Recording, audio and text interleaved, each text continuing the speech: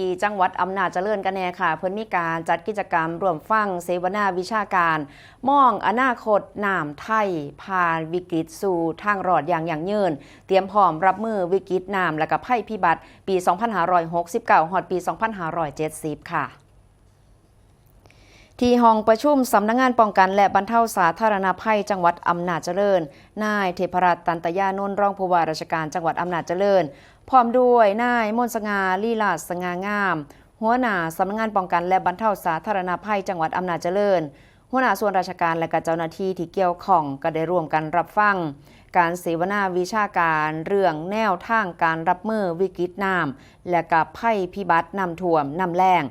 และก็น้ำเพื่อพลังงานร่วมทั้งน้ำเพื่อระบบนิเวศประจำปี 2569 ฮอดปี 2570 ผ่านช่องทางออนไลน์ซึ่งกระถ่ายทอดสดจากห้องประชุมเจ้าพระยาสำนักงานทรัพยากรน้ำแห่งชาติตำบลบางตลาดอำเภอปากเกร็ดจังหวัดนนทบุรี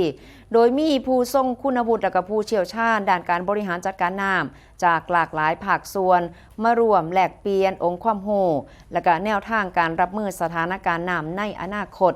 โดยการเสวนาก็ได้ร่วมกันถ่ายทอดมุมมองภายใต้หัวข้อมองอนาคตน้ำไทยผ่านวิกฤตสู่ทางรอดอย่างยั่งยืนโดยมุ่งที่จะเชื่อมโยงองค์ความรู้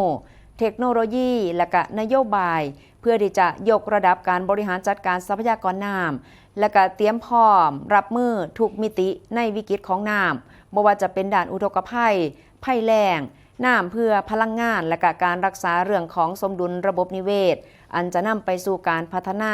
ที่ยั่งยืนในอนาคตต่อไปนั่นเองค่ะ